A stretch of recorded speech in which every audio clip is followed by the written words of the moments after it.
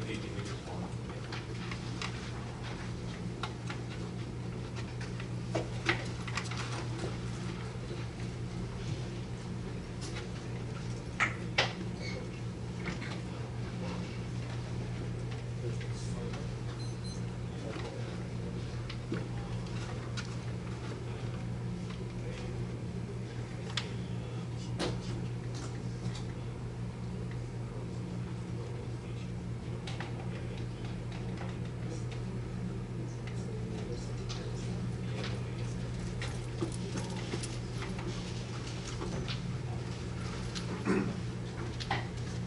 Okay, so, well, let me start by thanking the organizers, in particular John Sum, for the kind of invitation to come here. Actually, I'm here for the second time, only the second time, but still, it's pretty good, I think. Hopefully not last time. It's always very nice. Now, also, I should apologize.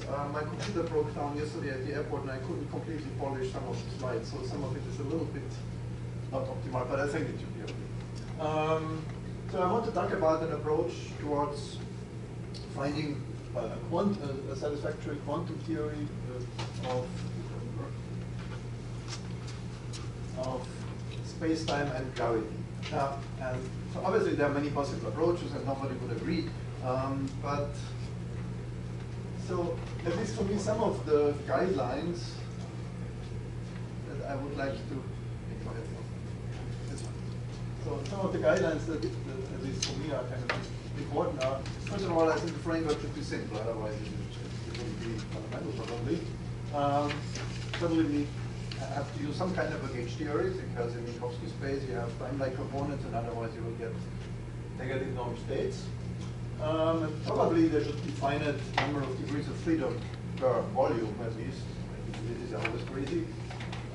But that already tells you that the underlying framework should be not geometric. So I don't want to start with some classical geometry and the classical field theory. I want to start with something which is non-geometric, and then somehow geometry should emerge.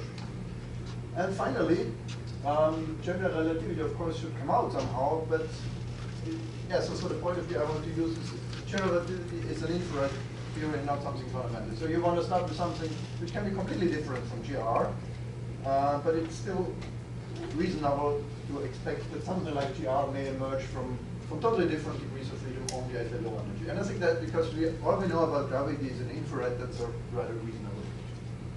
So these are kind of very rough guidelines, and they should be reasonable, I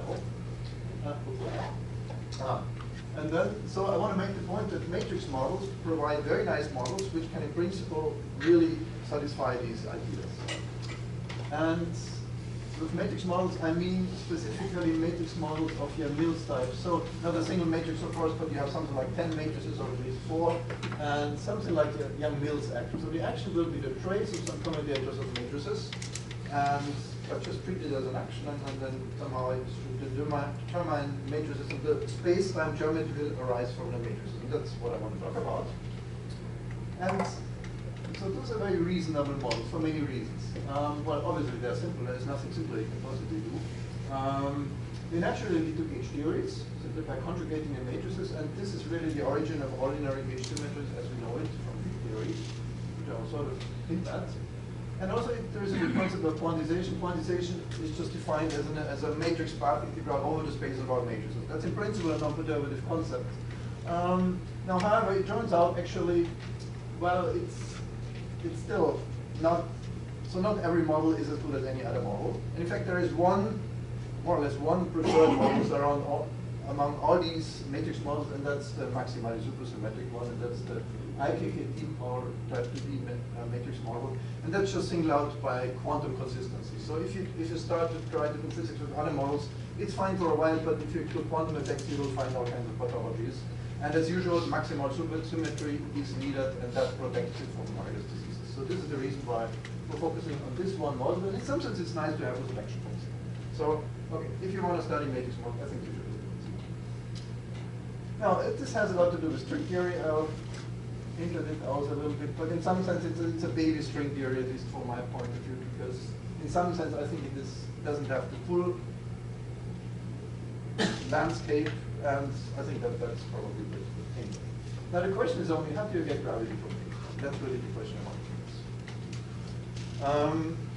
So let me start with a summary of the talk, in case you fall asleep. So what I'll do is the following. So first of all, I will present in some detail a 3+1 dimensional quantum space-time, very explicit, which is a solution of that matrix model.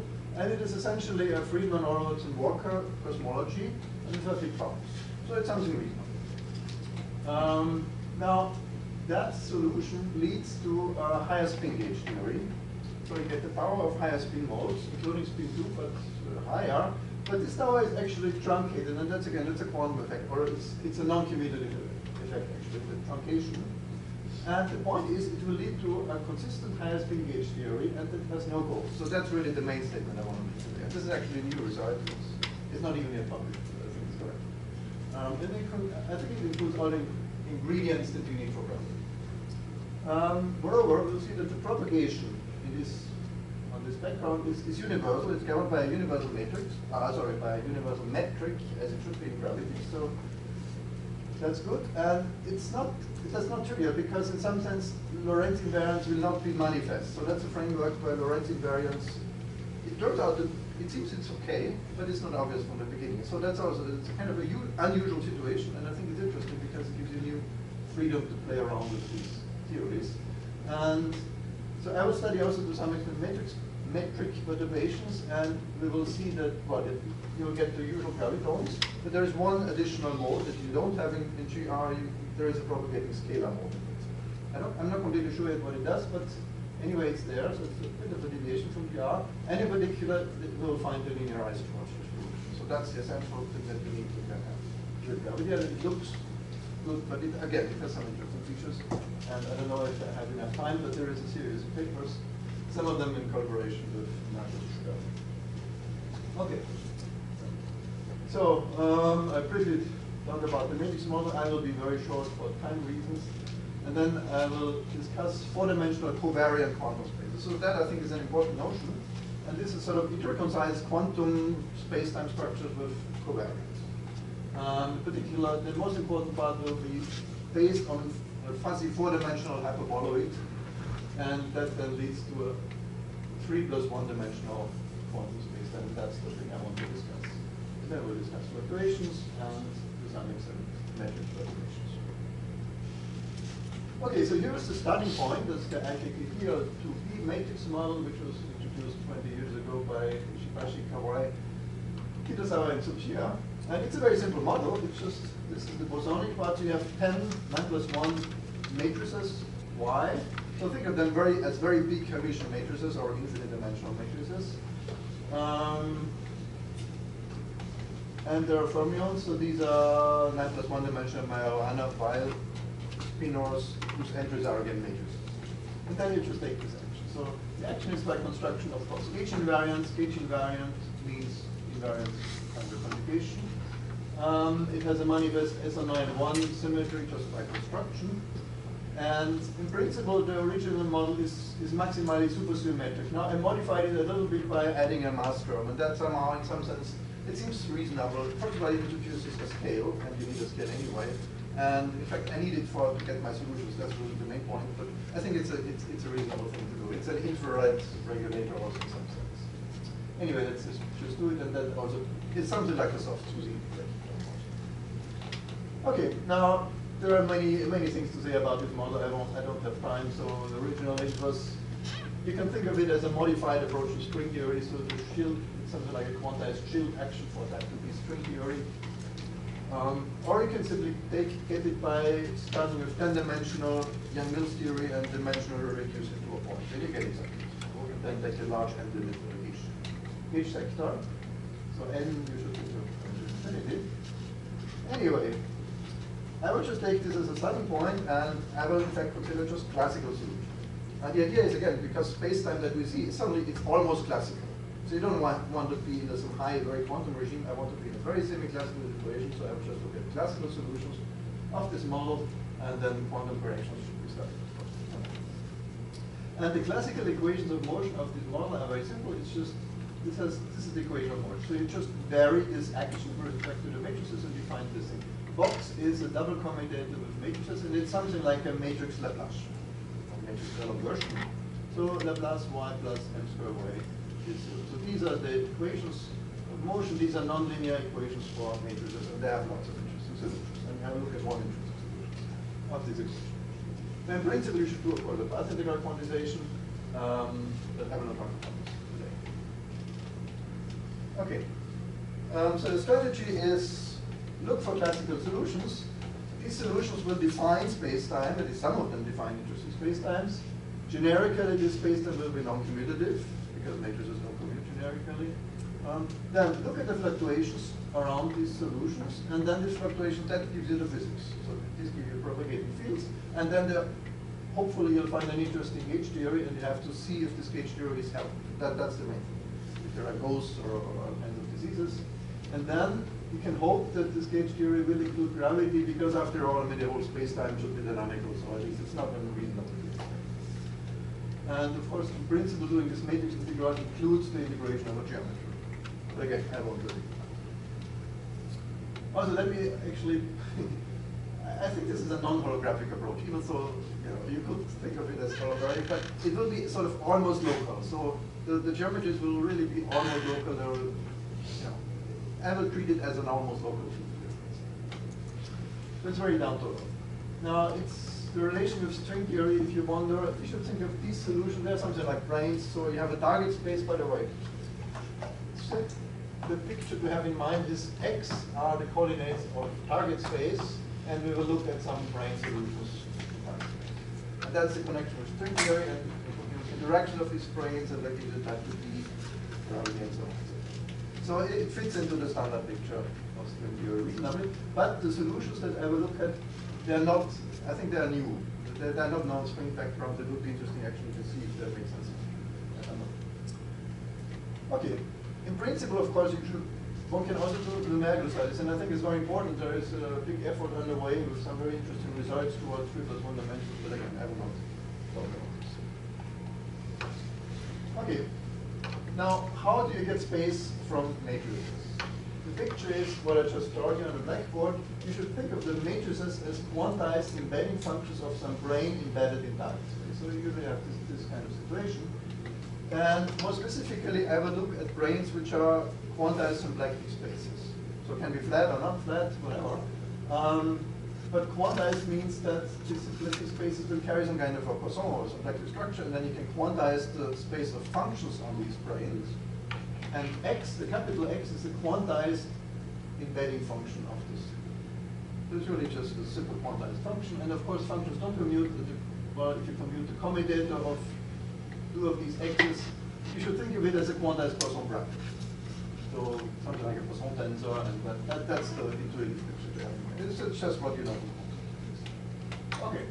And in particular, it means that the algebra of functions on such a quantized brain is always the endomorphism algebra of some underlying Hilbert space. So you have quantized these brains on a Hilbert space, so they have operators on a Hilbert space, and the algebra of functions is just the space of all matrices, the endomorphism algebra. So that object will play a role. Now, a simple example is the YLY quantum plane, which is just the Heisenberg algebra. X commutator X is unit matrix. This is really just quantized flat symplectic space. So this is very well known. It's a solution also of this matrix model. And it has one nice feature, namely it admits translation. So it's fully translationally invariant, but it is not rotation invariant. And that's an issue, and that's exactly the issue that I want to address. It's not rotation invariant because they have an explicit tensor, which somehow breaks rotation invariance. Now, another example is the fuzzy two-sphere. This is just the quantization of a two-dimensional sphere with a canonical symmetric form. It's very well known. You have three matrices whose, they define an object with radius r, and the commutators are just SU2. Now this is also interesting because this is actually fully covariant under SO3. So there you have, even though you have a non-commutative space, the matrices don't commute. Nevertheless, you have a full rotation symmetry, which is very nice. And that's what you would like to have. But the question is, can you have this in 4 dimensions? That's the issue. Okay, now, so I want to focus on 4 dimensions, and then I have something like this picture in mind. So brain, 4-dimensional quantized brain. And the question is, can you get gravity from this? In principle, it sounds reasonable because everything is dynamical. Now, one interesting step is the observation that there is always an effective universal metric on these branes. And the universal metric is encoded in this matrix Laplacian. And you can actually show very generally that this matrix Laplacian is always really just a classical Laplacian of some effective metric, and you can compute that effective metric. And it has this kind of form. It involves the B field and the induced metric. So, and that is a dynamical object, of course. And then, of course, if you're familiar with Sakharov's idea of induced gravity, it sounds like, well, necessarily you will get some kind of gravity through quantum effects, because quantum effects will always induce your Hilbert action, so you should get some kind of a gravity. But this is really work. And it comes pretty close, but there are some problems. So the problems that you find here is, the first problem is Lorentz invariance. The point is that, well, so you have this symplectic structure, and that's a tensor, and obviously it breaks Lorentz invariance, and that leads to all kinds of problems. I'm not sure how serious these are, but it's dangerous. For example, the induced gravity action will include terms like that. So you don't just get the answer Hibbel action, you will also get something like that. That's a full Riemann tensor for something like that. It can arise in a quantum action. It does arise. And that's, of course, that's a bit strange. You don't really want to answer. So that's one issue. The other issue is that if you, to have the full metric fluctuations on such a brane, you would need transversal brane fluctuations. And that you would have to treat, you need a nonlinear treatment of the theory to take this into account. And that's difficult. It's technically completely beyond that. And the other thing is typically you will get, of course, a huge cosmological constant. So, but I think the important progress recently is that there is a class of covariant quantum spaces, and I think they solve all these problems. And so that's what I want to talk about. So the problem is in 4 dimensions, the symplectic form will break Lorentz or Euclidean invariance, but actually you can get around it. How is it possible? It's very strange. And the first example is actually well known for a long time. It's the fuzzy force sphere, was constructed 20 years ago almost out of like positive Schneider. And this is completely invariant under SO5. Nevertheless, it's a non-commutative space. So how is this possible? Now, meanwhile, there are some more examples, and in particular, so there is a non-compact version of that. It's very similar. It's the hyperboloid. Same features. It's completely invariant. And I will use this 4-dimensional fuzzy hyperboloid, and by some projection, we will get out of that a 3 + 1-dimensional space-time. And again, this is sort of covariant. I will explain in what sense. And here, I claim that you really get gravity. At least something pretty clear. But the point is, the price you pay for these features, that you'll get always a higher spin gauge theory. And I want to explain why do you get higher spin gauge theories on these kind of covariant quantum spaces, and what are they? How should you do it? Okay, so, and then we just start already with the hyperboloid, because that's what I really want to consider. So this is really just Euclidean ADS4, so a very well-known space. The construction is as follows. You start with a particular representation, unitary representation of SO4, 2. So the good old conformal group in 4 dimensions. Then we call the generators of SO4, 2 MAD. And this is just the algebra. And you have an invariant metric like that. Now you have to choose the correct representation. Representations are really what defines the whole thing. And choose the simplest unitary representations there are, and those are the so-called singleton representations or doubleton representations. These are the short, discrete unitary representations of SO4. So they're well known. And there is a series of that labeled by an integer. So these are the simplest unitary representations we can have. They have special properties. First of all, they remain irreducible if you reduce SO4, 2 to SO4, 1. That's very remarkable. Moreover, all of the multiplicities are 1 in this representation, so they're very simple, and they have very simple oscillator constructions. So it's actually very nice to work. And they have a positive discrete spectrum, so the energy from the standard point of view has a positive spectrum and a spectrum. And that the quantum number n means that the lowest energy state is n-fold degenerate, right? Yeah. Okay. So that's the technical starting point, and then you can interpret this thing as a 4-dimensional hyperboloid in the following way. Out of these generators, fix one index, fix the last one index to be 5, then the first index A goes from 0 to 4, and let me define this to be XA. So these are 4 plus 1 Hermitian matrices. Their combinator is of course M, so let me call it theta. This is the envelope of the data we had before. And to satisfy a constraint, the constraint looks like that. This is the constraint which comes from, that's basically, yeah, that's really boils down to the fact that we have these special, for the special kind of representations, you get this constraint. And this constraint is invariant under SO4,1. So only for these special representations, you have this. That's the reason for choosing these ones. And this is nothing but the constraint of a hyperboloid,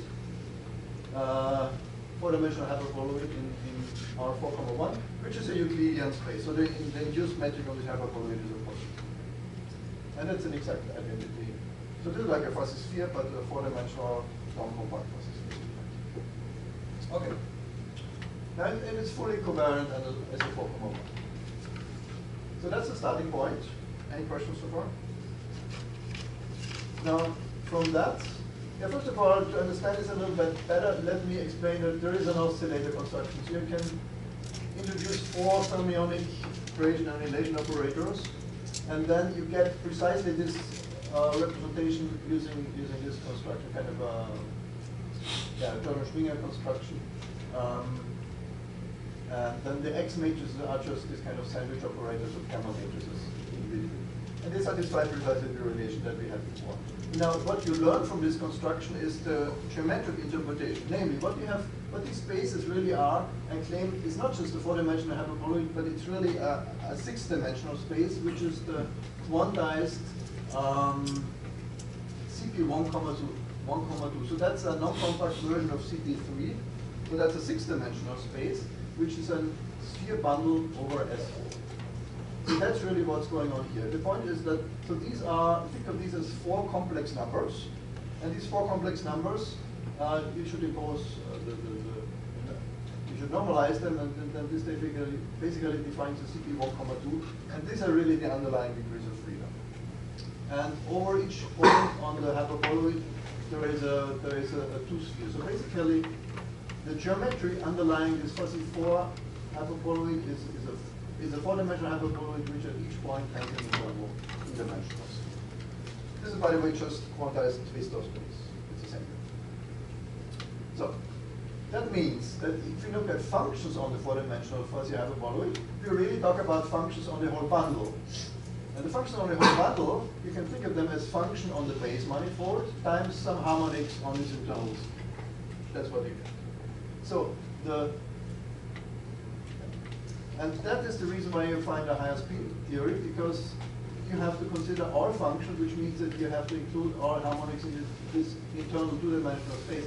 And it turns out that this S2, it transforms under the local stabilizer of the hyperboloid. So if you fix one point on the hyperboloid, and if you look at the local stabilizer, it actually rotates this internal fiber. So it's a twisted fiber. It's not a product space, it's kind of it's an equivariant space.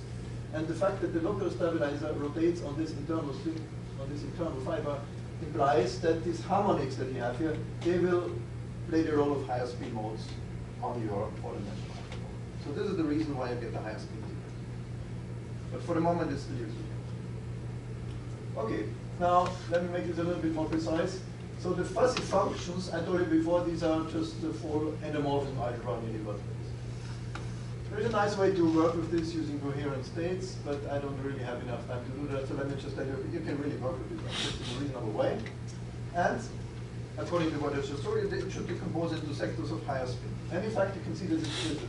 So the full and so all generators that we have, they are either X generators or they are the theta generators, because we have the representation of the generators of SO4,2. They are either these guys or these guys. So that's what we had before.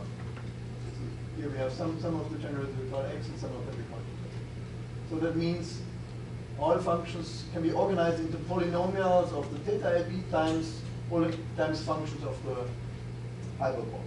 And this, it turns out, so these are of course scalar functions on a hyperboloid.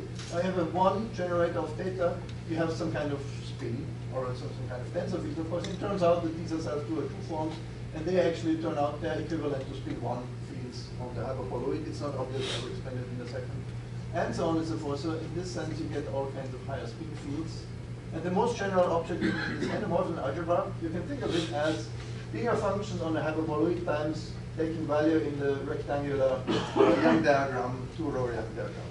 And this is really the same thing as a higher spin algebra of Vasiliev, at least as a vector space. So there is a connection with Vasiliev higher spin theory, at least at this kinematical level, but not at the dynamical level. So this is how you can sort of understand all the degrees of freedom. And the bottom line is higher spin modes arise here as would-be kilosecond modes on this interval, two-dimensional fiber. But in contrast to, for example, Vasiliev, the spin is actually truncated here, and that's an optimization. Excuse me. Yes. When you say the gravity is included, what is the criteria? When the higher spin comes out, is that okay? Yeah, I'll focus on the spin 2 sector. So the spin 2 sector will include gravitons. I will say a little bit more about that, hopefully. Maybe you can ask a question a bit later. But it comes from the spin 2 part of this. Okay. All right, so let's go on. So now, starting from that, next step is to go to the spacetime, N31. So this will be personal space and with a big bounce. Then I will discuss the high spin fluctuation in some more detail, but I don't have enough time. And I'll focus a bit more on the spin 2 sector, which is at least linearized, or something which is linearized. Okay, so the first step is to project this four-dimensional hyperboloid to a space-time. It's very simple. What you do is, this is the hyperbola, and you just project it onto this plane here. You just squash it.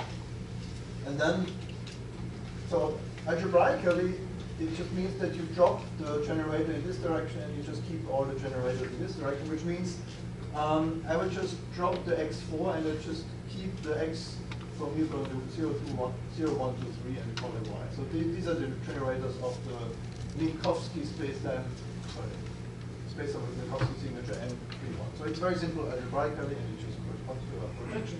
And it's already obvious, if you compute the induced metric on this projected space, this will have Lorentzian signature. So let me just mention what it is. I don't have time to explain this in detail. So after this projection, you have no longer SO4,1, but you still have SO3,1 manifest. SO3,1 is the isometric group of these three-dimensional hyperboloids, and these three-dimensional hyperboloids, these are the space-like slides in your Friedmann-Roberts model. So that's a K1 minus 1 cosmology. You have this foliation into these three-dimensional hyperboloids.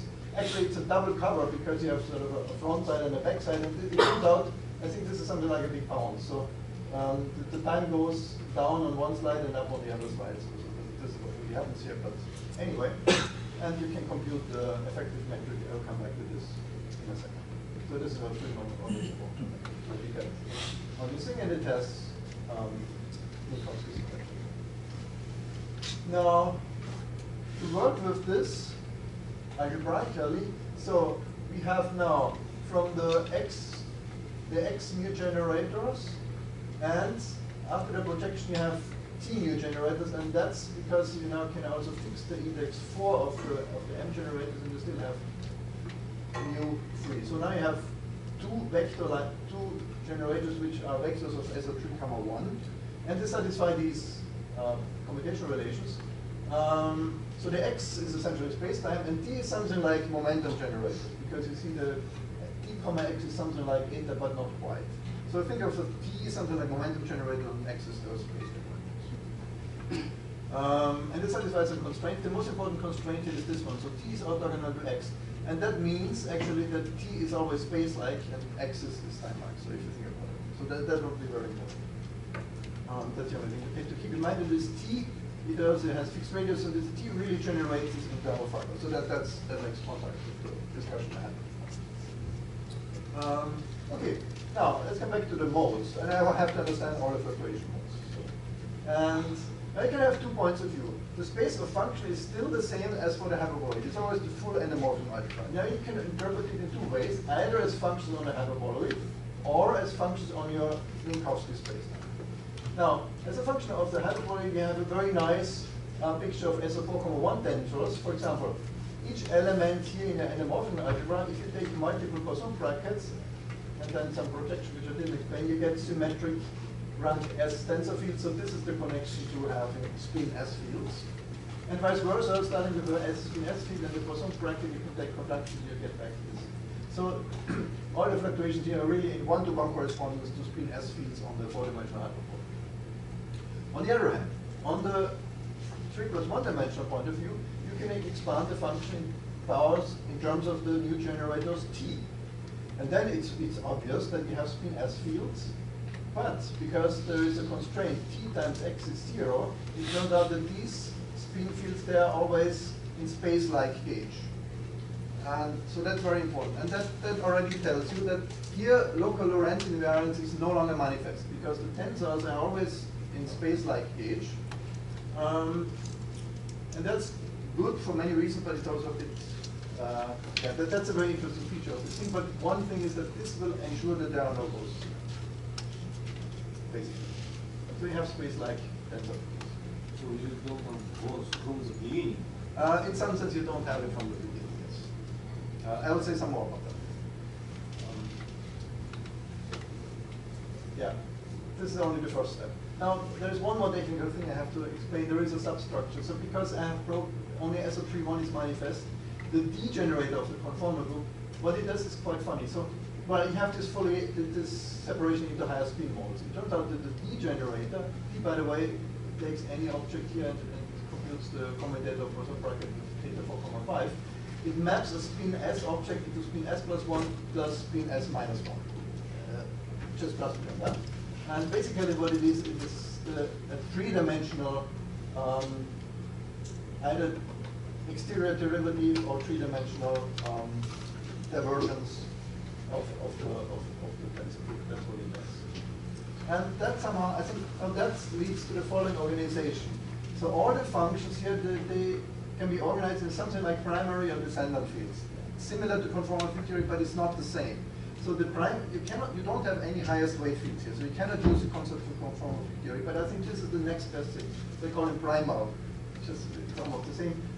They are highest weight with respect to the D generator. So you don't diagonalize here, but there is E has a minimum value, and then so these are something the fundamental object has been S, but there's an extra here 0. And then if you act with D plus, then you get a whole tower of other stuff.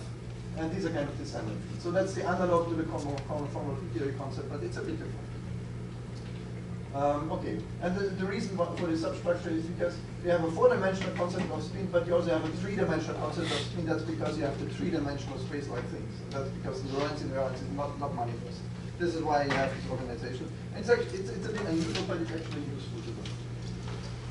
And moreover, there is a concept of a trace. So the integral is just a trace. And the nice thing is that the trace is based on the integral of the symplectic form of which is invariant under SO4,2. So there's a big invariance group under this thing, and that helps a lot to work out the effect of this thing. It's a technical thing, but okay. Now we can start to work out the details. Now, first of all, we have the solution. So what I didn't tell you so far is that this generator T of the space we just discussed is actually a solution of the IKKT. It's very easy to see. It's a one-line combination. So it satisfies this equation mostly. Moreover, so it means that the box operator now is a double commutative, and so this is something like a momentum picture. Now it turns out this box operator commutes with an extra Casimir, and this is something like a spin Casimir. So this actually selects algebraically the spin sectors that I talked to you before. So this is also nice. Algebraically. And that means this is a good background because all the high spin expansion, all the excitations on the background can be consistently organized in higher spin sectors in an exact way. This is why I think this is a good background. So this is exactly what I told you before, but in fact, this is compatible with the time evolution that is given by the embedding of this solution in an IKKT. So the time evolution respects this spin structure. That's very important. Then you can work out what is the effective metric that's encoded in this effective Laplacian, and it turns out it's precisely the Friedman-Robertson-Walker metric that I talked to you before. And we really have to work it out. It's actually an interesting one because it's an asymptotically constant evolution, which means the scale factor is proportional to t for large times. This is not the standard lambda CDM model, so you may not like it, but it's actually pretty reasonable. It's consistent with the age of the universe, so it's not completely crazy. Consider it as a toy model, but still, it's pretty good actually. And it also has a big bounce with some interesting dynamics. Okay, now let's work out the physics of the fluctuations around this background. In principle, it's very clear what to do. So you have a background, you add fluctuations, the most general fluctuations to the background, and you just plug it into the model, and then you get, I will just work out the quadratic action for the fluctuations on this background. So this is something like a vector Laplacian defined by the background, and all the fluctuations are, of course, they're now higher spin valued fields, but they have an extra vector index mu because it's in a vector space. And now you have to organize this, and I have to diagonalize this already. That's what I have to do next. So that's not completely trivial, but you can do it. And that's actually a new result, which is not even yet published. So now I think I have a complete understanding of the fluctuation vector. It's as follows. So for each of these, so all the four-dimensional tangential fluctuation modes can be organized. They come in four series of higher spin modes, and they are each determined by one of these irreducible modes that I discussed with you before. So these are sort of functions on a hyperboloid, and out of these functions we construct now vector fields in the following way. So you have the t operators, and you have the Poisson bracket with x and with t. So the Poisson bracket with t, this gives you the pure gauge fields. So that's easy. And they're really the gauge fields, they are null and so on. And then you have these three fields, and they're all inequivalent, and they are all non-trivial fields. And it turns out that they satisfy the equation of one. So you can show the following thing. If this field phi, which enters the definition here, is an eigenfunction of the Laplace operator, then all of these modes are eigenfunctions of the vector operators, and you can work out the eigenfunction. So these gives you the diagonalization, and that's a complete classification. Now the nice thing is, well, now we can talk about on-shell. So far this was actually off-shell. So this is complete classification of even off-shell modes. Now on-shell, you find all the solutions. So you have the following solution. It turns out that the on-shell condition in this organization is just pops of field is zero. So that's very reasonable. So everything is classified by massless, if you like, higher spin functions on the thing. And you have four on-shell solutions specified by one of these spin fields. And the nice thing is that all of these modes propagate in the same way. They're all governed by the same effective Laplace operator. And that means, even though there was no manifest Lorentz invariant, so that was a bit dangerous. But it's fine. So the propagation is all universal, is all governed by the same universal effective metric, and it's really a Lorentzian effect. So that's good. In fact, until recently, I thought that there is an issue, but it really works. Now there is one special mode which is not in this list. Okay, that's okay. Okay, and you can, well, how do you know this is true? You can actually, you can find an orthogonal basis. So there is an inner product, you can compute the inner product matrix between these modes. It's pretty complicated, but you can still do it, and you can do it because you have a SO4,2 group theory. So you have very good group theory which allows you to work out these things. Otherwise it would be hopeless. So let me go into a little bit more detail. The generic modes for, you have two spin quantum numbers, this is what I introduced before. You have just four modes, and they have signature plus, plus, plus, minus. What I mean, the signature here is because you have fields a nu. So of course this guy, as usual, is contracted with a Lorentzian thing. And indeed, you have four modes like that. So this is off-shell. And that's the way it should be. Now, if k is 1, it turns out there is only 3 independent modes. Signature is like that, and there is just something else. Anyway, you can work it out. For this case, there is only 2 modes, and this special case, now that looks a bit funny at first, and this is the one point where I'm not completely finished, but it looks like there is a null mode, but actually I think this null mode is trivial, but it's identically 0. I'm not completely finished here, but so this is actually already updated. Anyway, so probability isn't here.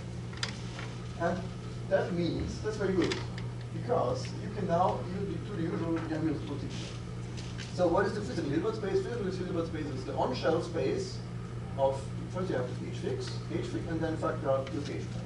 And if you do that, with these things, you get exactly a ghost-free theory.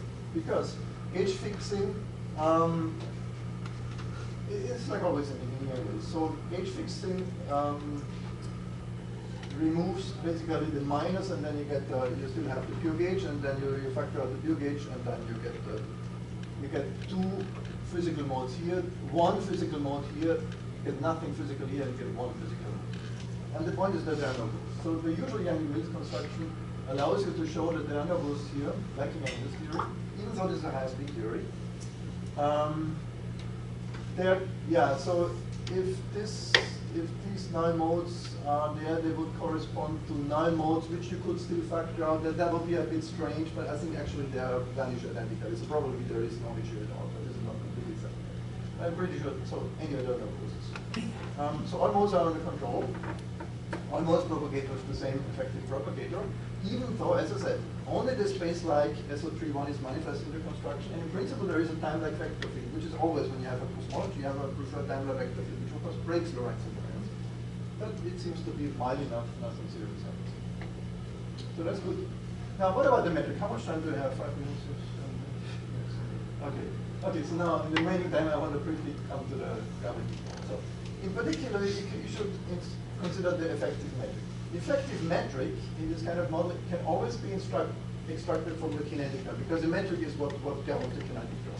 So you look at the kinetigram of any field, let's take a scalar field, in this background defined by the matrices, and you try to write it in the standard form, and then you read off the effective metric. You can do that, and then you find that the effective metric of the background, blah, blah, blah, blah, you have to work it out, and this is exactly the Friedman-Roberts-Smalltalk metric that I talked to you before. So there is a well-defined procedure to get this out. But now I want to include the perturbations. So what you do is you include linearized perturbations to the background, and again, I work out this effective metric versus effective field prime, which is now linearized fluctuation, and you can work out the linearized metric fluctuations which come from these fluctuating backgrounds. And this is, so this is then exactly what couples to the energy momentum and this. So what do you get? Some comments on gauge transformation. Gauge transformations here are the following. Let me look at spin 1 gauge transformations. Spin 1 gauge transformations are parameterized by vector fields, but the vector fields are something like volume preserving vector fields. So you don't have 4 degrees of freedom in the gauge invariant, you have only 3 or something. So that's a basic difference in GR. And the vector fields, they act something like, they act in a slightly unusual way also. So there is a term which is like the usual diffeomorphism, but there is a couple of other terms which come from the Lorentz breaking stuff. So it's a bit funny, it's complicated, but you still have 3 each diffeomorphisms. But the point is that these 3 diffeomorphisms act on the graviton exactly in the standard radiation. So that's really exactly the same. And that also, by the way, tells you that the identification of the effective metric is correct. That's a really consistency check, because this is what would drop out from the action. It has to be correct, and it really would drop. But they satisfy something like that. So this is something like volume preserving, but not. And they act also on.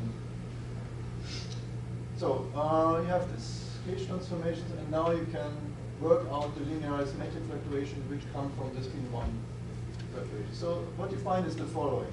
Now off shell, you get all the high spin fluctuations between spin 2, spin 0, so spin 2, spin 1, and spin 0. They include all the degrees of freedom, so all the metric fluctuations that you need in gravity. And it comes in the following sense. You have 5 sort of, you have something which looks like a massive spin 2 thing, but it's not really, so you have the degrees of freedom of the massive one, but it's organized in this funny different way here. And then you have 2 scalar parts, that as it should be. This one is okay here, so a little bit shaky, and then there are 3 instead of 4 pure gauge modes. Now it turns out that these are mathematically rigid flat. That comes from the equation of motion, from the matrix multiplication of motion. I did not put Einstein here. And then what you find is, so in vacuum on shell you have the usual two graviton modes. They come from these modes. Then in principle, you also have from the would-be massive, you have 2 + 1 degrees of freedom, which are something like the would-be massive gravitons, but in fact it turns out that they're like large gauge transformations. So they're hard to treat at the perturbative level because they become pure gauge in the massless dimension. So this is something what you can also see here. And it turns out that the scalar part here actually leads to the Schwarzschild. So let me, in the last 5 minutes, discuss the Schwarzschild. How do you get Schwarzschild? It turns out you get it from this part of the modes that we discussed before. These are essentially scalar fields. So this is something like a scalar fluctuation. And they are automatically gauge fixed, so they're physical. You can show that they are automatically Ritchie flat up to cosmic corrections. So I'm ignoring corrections at the cosmic scales. You can compute the metric fluctuations of this guy explicitly, and what you find is the following. Now, in the quasi-static case, I would say this is essentially static, more or less static. Then you really get the metric fluctuation, which is that of a linearized Schwarzschild field, of a linearized Schwarzschild metric on a linear over the Markov universe. That's something that long time ago was found by DT. And it takes this form. So this is cosmos FRP background, and then this is the Schwarzschild linearized perturbation, and that's something like 1 over r. And there's some just technical stuff from the hyperbolic geometry. But there's one interesting thing is, it turns out that the solutions that we get here, they look like the mass slowly decays in the cosmic evolution. That's strange. I didn't want that. Somehow that comes out here. And yeah, this is a bit funny. But I'm not sure how serious you should take it. But because, late in the evolution, 1 over a of 2 is almost flat. So it's very slow, but still, okay, this is unusual. But nevertheless, in principle, you will find the linearized Schwarzschild solution here. And I didn't put any anesthetic action. So this really comes from the So I think this is very nice. But there is a funny point concerning this quasi-static choice. Now, the point is the following. If I don't make this quasi-static choice, quasi-static means exactly slowly, very slowly decay, almost but not quite static. If I don't make this choice, I cannot do the computation because then there are large gauge contributions which dominate the linearized computations, and I cannot reliably compute anything because all the computations are only done linearized level, and if the pure gauge contribution dominates, you cannot work it out. So I only have control over this quasi-static case. That does agree with Schwarzschild up to this low decay. That's the situation. So I think the rest is technical. Simply, if you go to the nonlinear level, you could work it out, but it's just fine. So let me just discuss it. So in this non-quasi-static case, I think it's actually very interesting because, if it turns out that if you go to very long wavelength, like galactic scale or very long, then probably the problem is not so bad. Then you can probably still take it serious, and it would mean this gives you perturbations which are not Ritchie flat. And so I think this is something which could behave like dark matter. And this, so very long wavelength means that that's the regime where you can still sort of trust the linearized level, and then these computations would be non-Ritchie flat. And if you go to shorter wavelength, you just cannot trust the computation anymore. You have to do something different. Probably something similar can be expected from this would-be spin 1 gravitons. Again, this is an issue of large gauge contributions. And to get a reliable understanding, however, I think one has to include the induced anesthetic reduction. So the point is, everything I did so far is completely classical, which is classical matrix models. Now, of course, if you include quantum correction, you will get an induced anesthetic reduction. That's unavoidable. And I think that's even essential to get then the correct coupling, the correct Einstein equations. And if you include these things, some of these issues may be modified. So I don't know what happens to the non-Ritchie flat fluctuation if you include the anesthetic reduction. Something will happen, but I think it will still survive. And this could really behave something like that. I don't know if it's realistic or so, but that's something that would happen. So basically, the bottom line is, I would expect, if you include anesthetic, but of course, Ritchie flat survives. So the Schwarzschild solution will survive, more or less. And so you would expect to get something like GR, at least linearized, at intermediate scales, but at very long scales, I would expect some non-Ritchie flat extra modes which come from the extra scalar fields that are. So that's more or less the level of understanding that I have in a moment. Now, it's a technical limitation because the model is fully nonlinear. You can work out everything in principle, but okay, one has to learn how to do that. And I think it would need more collaborators. Yeah, let me not talk about constant here. I think this has a potential to solve the cosmological constant issue, but okay, again, this needs better understanding. The bottom line is, however, that so the cosmological physics will be different from GR because, for example, the solution I had here, this Friedman-Robertson-Walker solution, is I didn't do any fine-tuning, and it comes out just from the classical matrix model, which is not Einstein-Hilbert. So that's a different physics which governs the cosmological thing. And I think that's probably reasonably stable. So even if you include quantum correction, I don't think it will qualitatively change. So I think that's good. And then nevertheless, so at shorter scales, you would expect to get something like Einstein-Hilbert at least, perhaps small modifications. I don't have time to explain that. So let me summarize. So the main message is that matrix models provide a natural framework for quantum theory of space-time matter. Now I discussed, I showed you an explicit 3 + 1 dimensional, quite reasonable quantum cosmological space-time solution, which leads to a high-speed theory.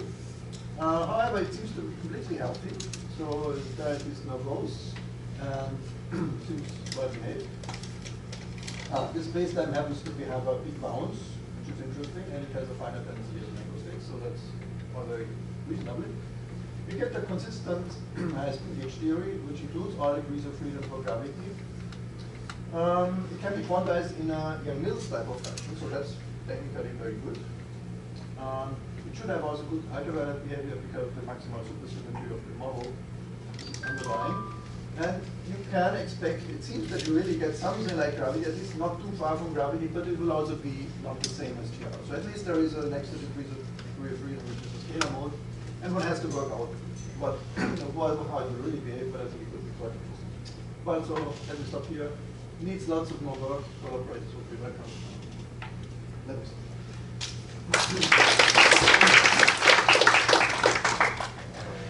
Questions?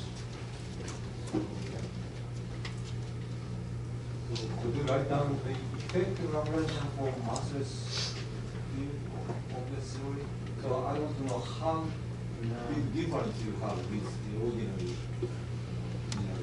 You mean the metric Yeah. I cannot, I mean, so far I only did the bare matrix model without Einstein-Hilbert. And then the effect, yeah, I cannot tell you much more than saying that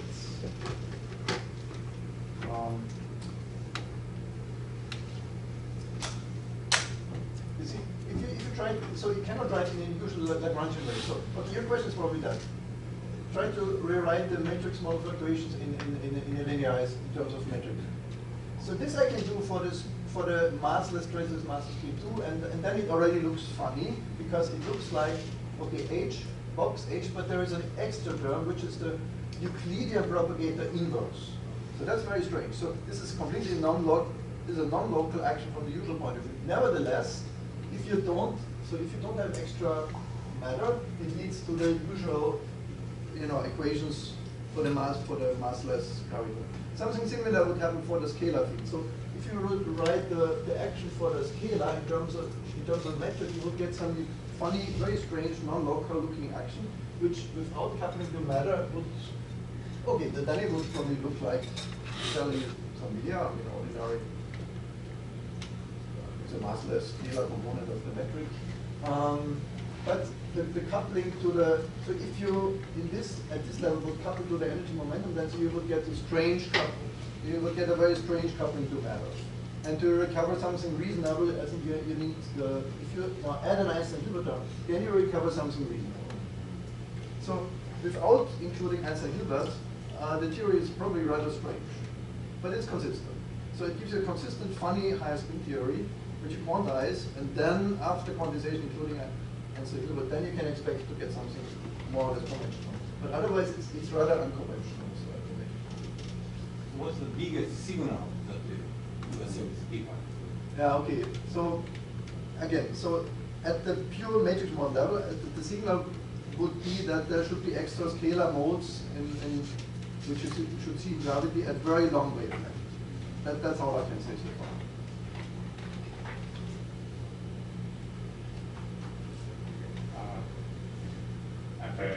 Really good question. Yeah, we want to look at the spin one mode. This is actually one with gauge theory. In that case, one can of course look at the effective theory of the non-perturbative gauge theory or look at solution. For example, to see the difference, one can also look at non-perturbative solid line to see the resolution of similarity of some non-perturbative synchrone or non-perturbative solid line to see the difference. Yeah. Here, I suppose it's not really when we go to the Duality, it's not really just purely Einstein. The Einstein clarifies the non-perturbative effect. Yeah. And so, is there any way to see this Laplace-like equation, any limit, which you go back to Einstein, and then I can look at the deviation and identify the non-perturbative scale to this thing? Is R, the R is small, is there any limit in this factor equivalent? Okay. This time I forget about it. That's a cosmic curvature scale. Yeah, This is small. again, forget. I mean, these two terms are probably negligible. So basically, everything is almost massless up to cosmic scales, I believe, here at this level. So, but there should be some scale characterizing the difference of the Poisson structure from the standard, from the ordinary just. Well, okay. So here I was taking the semi-classical limit. So the non-commutativity scale I just put to infinity. Oh, it's easy already. Yeah, just for simplicity, because I've only done Poisson brackets. I have done a semi-classical computation. You could actually, I think you could. I mean, all the computation can really be done in a non-commutative case. I think the treatment is very much Lie-algebraic, so you could do it. Then yeah. So this is not arising from non-commutative effect. No, that's not really. Model, that's just because the framework is very different. It's a Yang-Mills sphere with a very strange origin of higher spin field and it is. So it has nothing to do with. From non-commutative page field.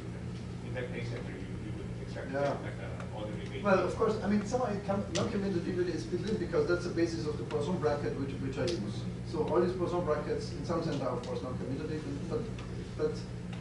but I have pushed the scale such that you don't. I have not computed really non-commutative works. I don't know. Then you would have to really go to singularity. If you look at singularity, so then if you find a non-linear Schwarzschild solution, which I think should be possible to find, then you could. Then it's something interesting for. Then you could address this question. I don't know. Yeah. Any other questions? Maybe we can discuss more in the lunchtime. Let's make